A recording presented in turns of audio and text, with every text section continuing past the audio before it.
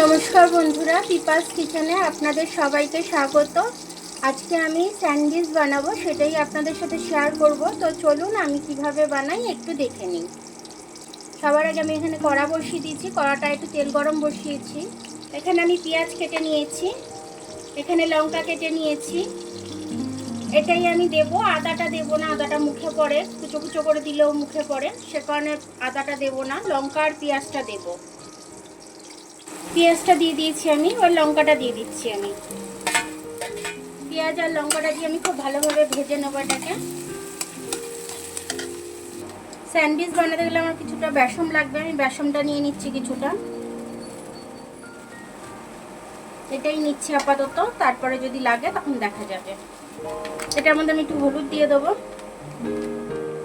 একটু লঙ্কার গুঁড়ো দিয়ে দেবো আমি এটার মধ্যে।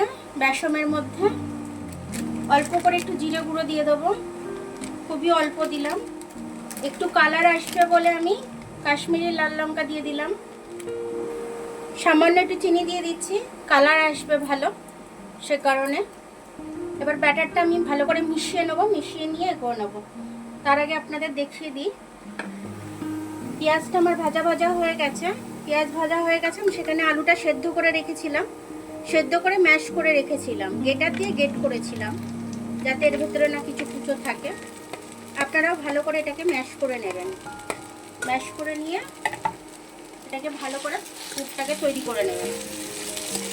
পেঁয়াজের সাথে আর লঙ্কার সাথে ভালো করে ভেজে নেবেন। তার জন্য একটু হলুদও দিয়ে দেবেন, যেহেতু বাচ্চারাও স্যান্ডউইচটা খাবে সেখানে আমি গুঁড়ো লঙ্কাটা দেবো না। স্বাদ অনুযায়ী নুনটা দিয়ে দিচ্ছি আমি এখানেতে। বেসমেতেও একটু স্বাদ অনুযায়ী নুনটা দিয়ে দিলাম আমি, বেশি দিলে আবার নুনে পোড়া হয়ে যাবে, সে কারণে। এবার এটা ভালো করে আমি ভেজে নেব। আলুটা ভালো করে আমার ভাজা হয়ে গেছে, এবার এটাকে আমি নামিয়ে নেব। স্যান্ডউইচের রুটিগুলো ফ্রিজে আমার রাখা ছিল, তো ওই কারণে একটু গরম করে নিচ্ছি আমি, যাতে খেতে টেস্টি হয়। 4 পিস নিয়েছি আমি এখানেতে, 4 পিস পাউরুটি আমি সেকে নেব। বেসনটা নিয়ে চলে এলাম, বেসনটা আবার একটু মিশিয়ে নেবো একটু ভালো করে। এবার আমি এটা অল্প অল্প করে জল দিয়ে মেখে নেব। ব্যাটারের ঘনত্বটা আমি দেখিয়ে দিচ্ছি, এরকম ঘনত্ব হবে। এরকম হাতে কোটিং লেগে থাকবে, এরকম ভাবে। আমি এর মধ্যে একটুখানি সাদা তেল দিয়ে দিচ্ছি, আরো ভালো লাগবে এটা। অল্প করে একটু সাদা তেল দিয়ে দিলাম, এটা ভালো করে ফাটিয়ে নেবো আরো। এবার এটা একটু আমি রেস্টে রেখে দেবো। এটা ভালো করে আমার ফ্যাটানো হয়ে গেছে। আপনারা যদি দেখতে চান দেখুন আমি কিরকম ঘনত্বটা রেখেছি।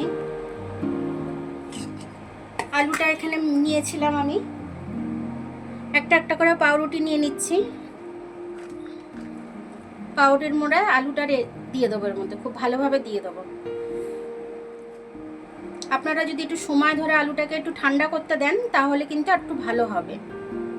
বেশ ভালোভাবে চেপে চেপে চেপে চেপে লাগিয়ে নিতে হবে। এইভাবে আমি সবটা লাগিয়ে নেব। এর উপরে একটা পাউরুটি আমি দিয়ে দেবো। একটা পাউরুটি আমার হয়ে গেল। এবারে দেখুন আমি কিভাবে কেটে নিয়ে এটাকে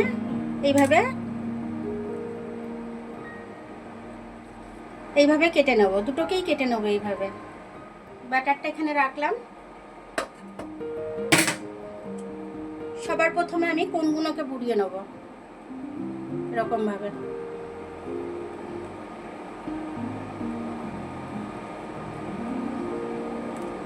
এরকম ভাবে নিয়ে আমি এইভাবে তেলে ছেড়ে দেবো। এইভাবে ছেড়ে দিয়েছি, ব্যাটারে একটা আর একটা ছেড়ে দিলাম। এবার আমি একটু উল্টে দেবো এটাকে। ব্রেড পকোড়াগুলো আমার, স্যান্ডউইচগুলো আমার হয়ে গেছে। আমি এবার তুলে নিচ্ছি স্যান্ডউইচগুলো। তেল ঝরিয়ে ঝরিয়ে আমি তুলে নিলাম।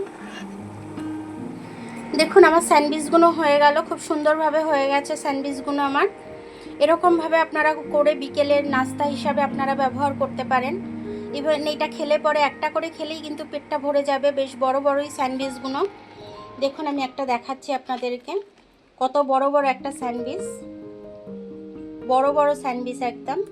সসে ডুবিয়েও আপনারা খেতে পারেন, কিংবা স্যালাড হিসাবেও আপনারা স্যালাড দিয়েও খেতে পারেন পেঁয়াজ দিয়ে। আপনারা যেভাবে খুশি এটা খেতে পারেন, খেলে কিন্তু পেটে থাকবে এবং পেটটাও ভর্তি থাকবে। বাচ্চাদেরকেও টিফিনে আপনারা দিতে পারেন, বড়দের লাঞ্চ বক্সেও আপনারা দিতে পারেন। আপনারা নিজেরাও টিফিন হিসাবে এটা ব্যবহার করতে পারেন, বেশিক্ষণ সময় লাগে না, আর খেতেও ভীষণ দুর্দান্ত টেস্টি হয়। আপনাদের মানে এরকমভাবে বানিয়ে খেলে পরে ভীষণ দুর্দান্ত হয় আর ভীষণ টেস্টি হয় খেতে।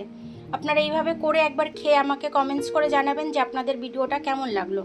আমার ভিডিওটা দেখার জন্য অনেক অনেক ধন্যবাদ। আমার ভিডিওটা যদি আপনাদের পছন্দ হয়, লাইক, সাবস্ক্রাইব, বেল আইকনটা একটু টিপে দেবেন। আর যদি ফেসবুক থেকে দেখেন, লাইক আর ফলোটা একটু করে দেবেন। আবার কাল দেখা হবে নতুন রেসিপির সাথে। ততক্ষণ আপনারা ভালো থাকবেন, আমি আসছি।